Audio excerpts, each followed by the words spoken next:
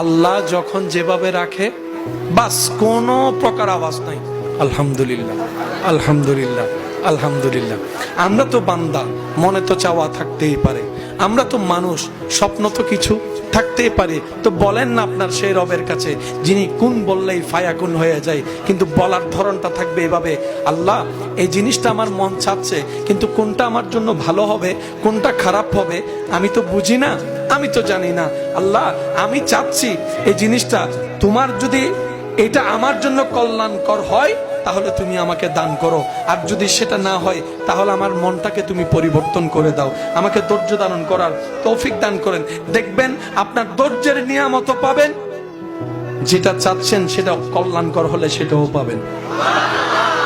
আল্লাহর ভান্ডারে কমতি বলে কোনো শব্দ বলেন না, আল্লাহর ভান্ডারে কমতি বলে কোনো শব্দ।